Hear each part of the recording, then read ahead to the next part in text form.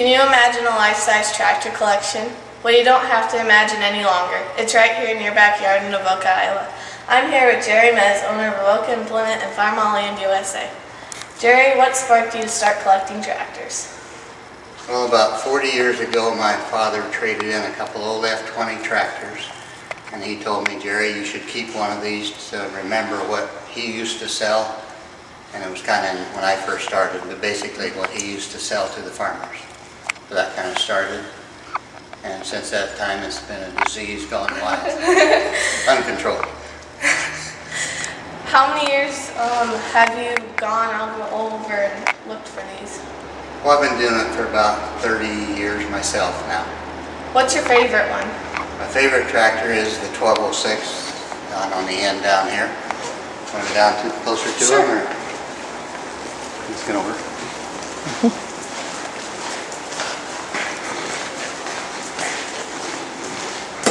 They were made in the early 60s. Basically, it's the only tractor that I have duplicates in here. And I have 3 of them now, and we're working on getting a 4th one. Wow. It's my favorite. I think they were painted nice, had a lot of white on them, and looked good that way. And a lot of power. And just my favorite. What's your rarest one? The rarest one, we got to go the other way now.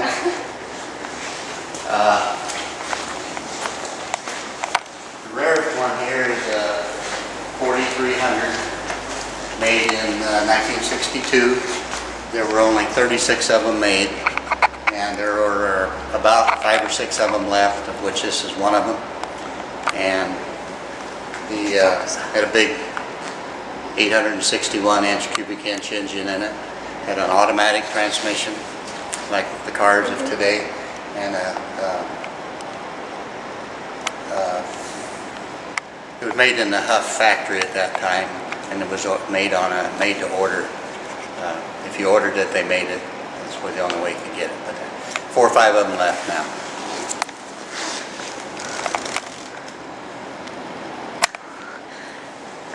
How far did you have to go to find this? Well, actually, this one was bought by an auction company in Montana, and then it was shipped back to New York, and then they called me and asked me if I'd like to look at it, and they sent me pictures. Then it came back here, so it went right back here on Interstate 80, went to New York, and come back here on Interstate 80. So it was a half a mile away one time. So, yeah. Is there anything for women to come look and see in this museum? Yeah. After we had a room here that we washed and cleaned them all up, and then when the building got full, we wouldn't need it anymore. So I asked Joyce if she would bring part of her doll collection up here, which she graciously did, and we made the washroom into a place where she could display part of her doll collection.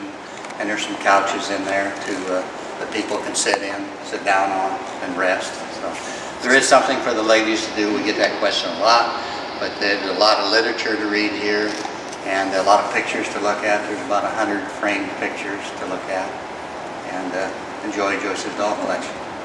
As I walked in, I noticed some trophies. What were those from? About 30 years ago, I think that 35 years ago, the kids and I did a lot of cadet garden tractor pulling. We did that for about 15 years, and we went in Nebraska, Missouri, Kansas, Minnesota, Illinois, and Iowa pulling, and those trophies are ones that we won during that period. And then after we retired that, Jay went away to school, who did most of the mechanical work, and then they were set on a trailer for about 15 years until this got open, and that was the first thing we put in here. Did you restore all these tractors, or did you have somebody restore them? I have a lot of help. There's some in here that I painted. There's one over here that Joyce's dad, my kid's grandfather had, that we bought, and I painted it on one summer vacation one time. And I painted several of the older ones in here, but I had a lot of help from a lot of people doing the painting. I could have never done this myself. Do you expect to add on, or? I hope so. We've got about 45 tractors right now that aren't in here, that are pretty well cleaned up and ready to go.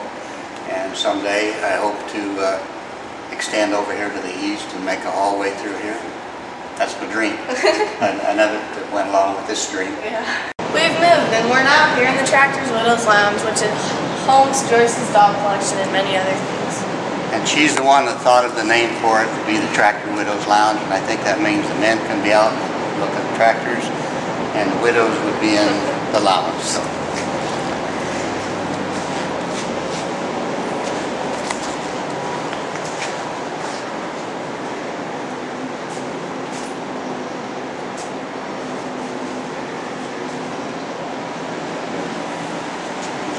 I'm glad you did that. Yeah, okay. Fire away. Jerry, what's your oldest tractor? The oldest tractor just happened to be this one we're standing next to. It's a 1916, called an 816 Mogul. It's a one-cylinder engine. Like I say, it was made in 1916, and you'll notice it's kind of the wrong color, but IH caught up there a few years later and made it red. So, but this is the actual color that it was.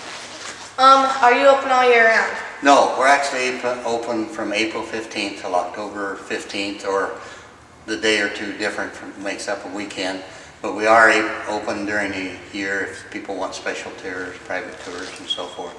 And we'd like to keep that to 5 people, not less than 5 people. Yeah. But we're open for special tours anytime during the year. Just give us a call. What's the farthest guest you've had come in here? We were adding up. We've had approximately 4,000 people come in last year and this year, and the furthest one was Australia.